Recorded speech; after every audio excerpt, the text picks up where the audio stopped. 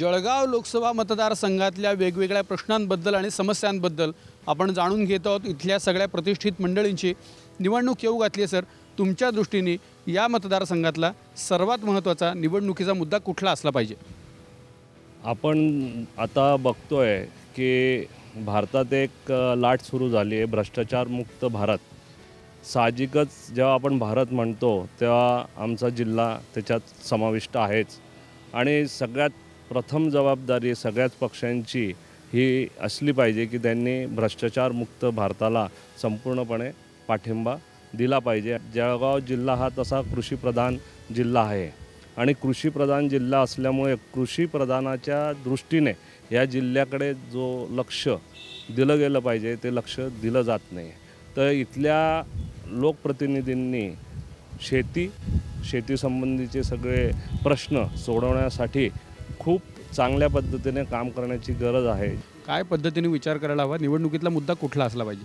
निवडणुकीचा मुद्दा लोकांना रोजगार मिळायला पाहिजे, म्हणजे रोजगार शेती आणि उद्योग इथे बरोबर डेव्हलप झाले तर चांगला रोजगार मिळेल आणि त्यासोबत पाणीचा प्रश्न आहे आणि केंद्रामध्ये जे आहे तर सर्वात महागाई आता जे भारतात जी महागाई वाढलेली आहे तर ती महागाई पण कशी कमी करता येईल याच्यासाठी इथल्या खासदारांनी ते प्राधान्य द्यायला पाहिजे। या निवडणुकीतला सर्वात महत्त्वाचा मुद्दा काय पाहिजे? सर्वात महत्त्वाचा मुद्दा म्हणजे लोकप्रतिनिधींकडून आमची ही अपेक्षा आहे की जळगावात जेवढी पाहिजे तेवढी इंडस्ट्रियल डेव्हलपमेंट नाही आहे आणि इंडस्ट्रियल डेव्हलपमेंट नाही आहे त्याकरता इथलचा जो यूथ आहे जो शिक्षित जरी असला तो पुणे मुंबईची धाव घेतो नोकरीसाठी।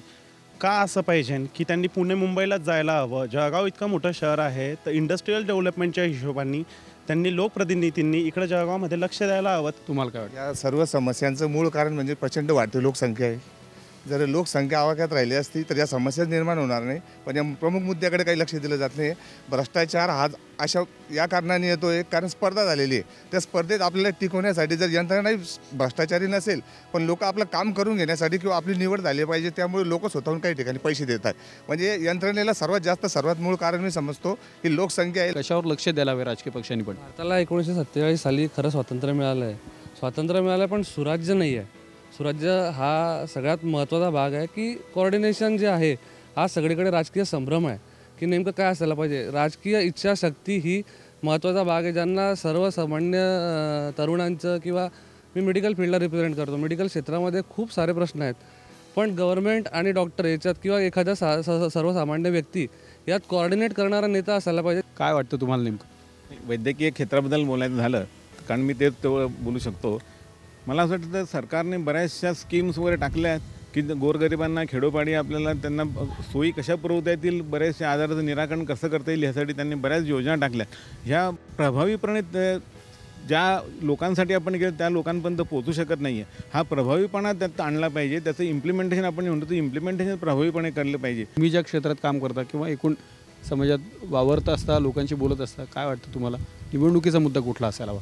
निवडणुकीच्या बाबतीत लोकांचं आता एक असं मत आहे की तुमचा लोकप्रतिनिधी हा जरी उच्च शिक्षित नसला तरी तो सुशिक्षित असावा आणि सुशिक्षित असल्याबरोबर त्याला त्या एरियातल्या प्रश्नांची जाण असावी।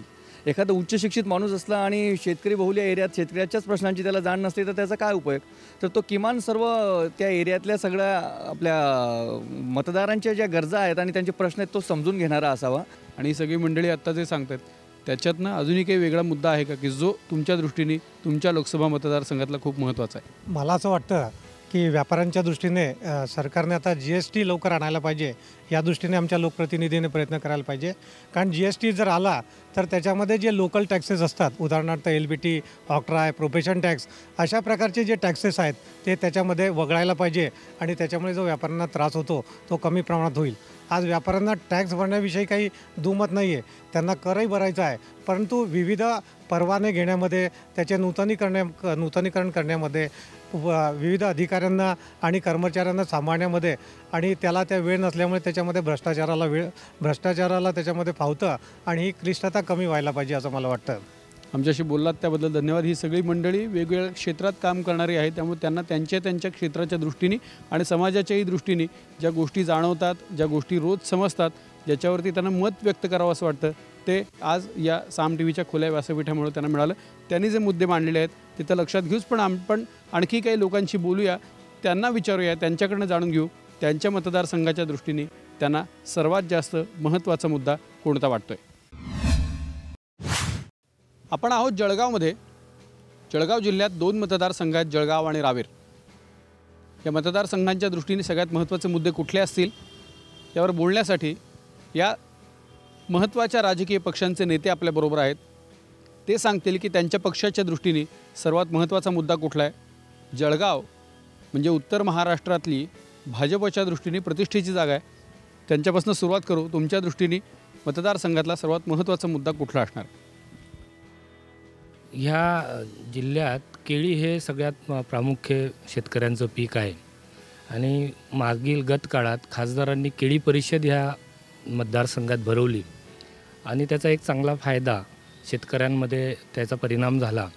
परंतु केळी परिषद भरून नाही की सत्तेमध्ये काँग्रेस आणि राष्ट्रवादी आघाडीचं सरकार असल्यामुळे त्याला ज्या प्रमाणात निधी आणि सुविधा दिल्या पाहिजेत त्या मिळत नाही आणि केळी पिकाला म्हणजे ते जे पीक आहे त्याला फळाचा दर्जा ही मुख्य मागणी खासदारांची या मतदारसंघाची राहिली आहे. तुमच्या दृष्टीने महत्त्वाचा मुद्दा कुठला असेल निवडणूक येऊ घातली?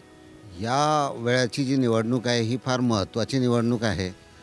आपल्या ज्या जळगाव जिल्ह्यामध्ये 2 मतदारसंघ आहे, आपण बोललात त्याप्रमाणे एक रावेर आणि जळगाव म्हणून. तर जळगावचा जो मतदारसंघ आहे त्याच्यामध्ये प्रामुख्याने अर्धे मतदार हे जळगाव शहरामधले आहेत आणि जळगाव शहरामध्ये रस्त्यांचा एक फार मोठा प्रश्न निर्माण झालेला आहे शहरामधला. आणि दुसरा प्रश्न आहे म्हणजे पाणी. कारण जळगाव शहराला नाव जरी जळगाव असलं तरी तिथे जळ भरपूर आहे पण जळाचा सप्लाय मात्र तिथे होत नाही. रस्ते अत्यंत वाईट परिस्थिती झालेली आहे.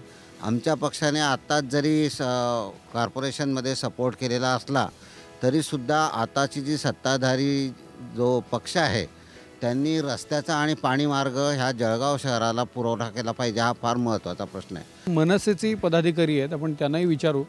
विरोधी पक्षात आहेत आणि त्यामुळं त्यांच्या दृष्टीने निवडणुकीचा सर्वात महत्त्वाचा मुद्दा तुम्हाला कुठला वाटतो?